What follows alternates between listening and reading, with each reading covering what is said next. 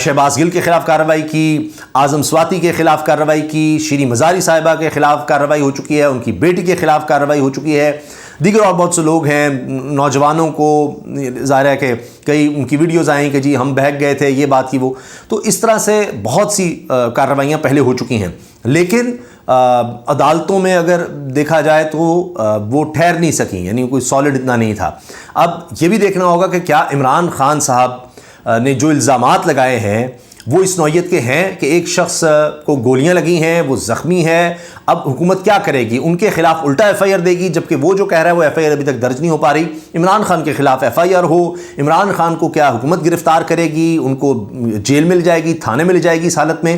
تو ملک کے حالات پھر کس طرف جائیں گے؟ یہ بھی اب حکومت کو سوچنا پڑے گا کہ وہ کیا کر سکتی ہے۔ کریڈیبلٹی حکومت کی ہے نہیں، اس کے لیے یہ بہت بڑا مسئلہ ہے، خود کوئی فیصلے نہیں لے پا رہی، مہنگائی، غربت، بے روزگاری عروج پر ہے۔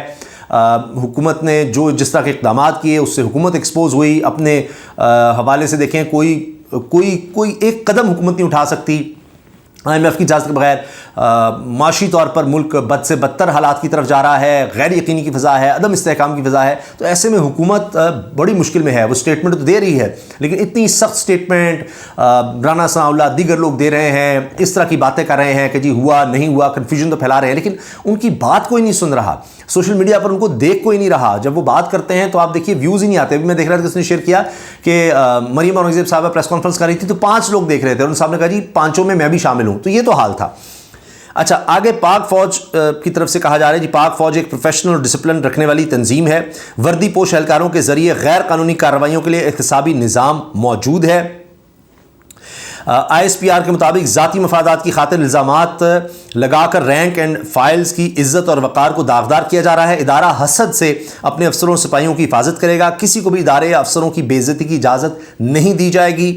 اس کو مد نظر رکھتے ہوئے حکومت سے درخواست کی ہے کہ وہ معاملے کی تحقیقات کرے اور بغیر کسی ثبوت کے ادارے اور اس کے عہدیداروں کے خلاف ہتک عزت اور جھوٹے الزامات کے ذمہ داروں کے خلاف قانونی کارروائی شروع کرے۔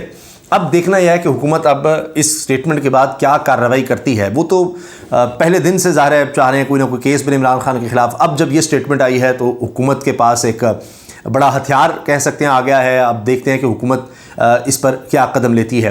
پہلے بھی فائیں زید گردش تھیں، بہت سی اس پر باتیں ہوئیں کہ حکومت سوچ رہی ہے، رانا ثناء اللہ بھی اس طرح کی سٹیٹمنٹ دے چکے ہیں کہ جی ہم گورنر راج لگا سکتے ہیں۔ اب خیبر پختونخوا میں پنجاب میں گورنر راج لگانا یہ کوئی بچوں کا کھیل نہیں ہوگا، اگرچہ شاید حکومت سمجھ رہی ہوگی کہ ہم عدالتوں میں بھی اس کا دفاع کر لیں گے، لیکن عوامی رد عمل جس طرح سے نظر آیا ہے، میں نے آپ کو بتایا کہ فوج کو میدان میں آنا پڑ گیا، سڑکوں پر آنا پڑ گیا، ٹینکس نظر آ گئے، کراچی میں شیلنگ ہوئی ہے، اسلام آباد میں شیلنگ ہوئی ہے، درجنوں کارکن تحریک انصاف کے گرفتار ہوئے ہیں، تو یہ تو معاملہ اور زیادہ خراب ہو رہا ہے۔ اب اگر اس طرح کا قدم ہوتا ہے تو کیا معاملات اور خراب ہوں گے؟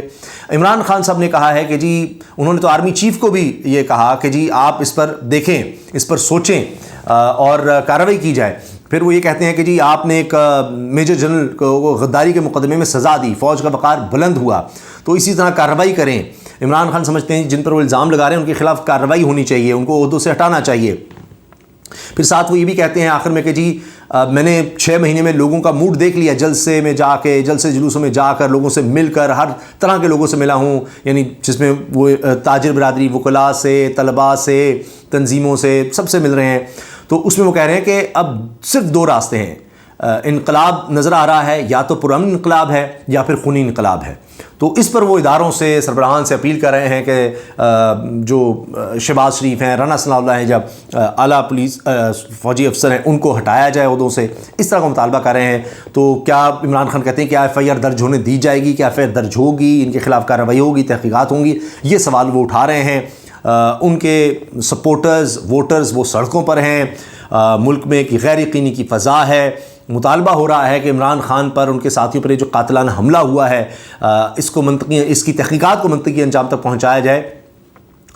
اور ابھی تک یہ لگ رہا ہے کہ جو تحریک انصاف ہے، عمران خان صاحب ہیں، ان کی سوچ کے مطابق یا جس طرح وہ سمجھتے ہیں کارروائی ہونی چاہیے وہ ابھی تک نظر نہیں آ رہی، اور وہ اپنے خدشات کا بھی اظہار کر رہے ہیں، بیک گراؤنڈ بھی سارا بتا رہے ہیں۔ آپ اپنی رائے کا اظہار کمنٹ سیکشن میں ضرور کیجیے گا۔ اجازت دیجیے، اللہ حافظ۔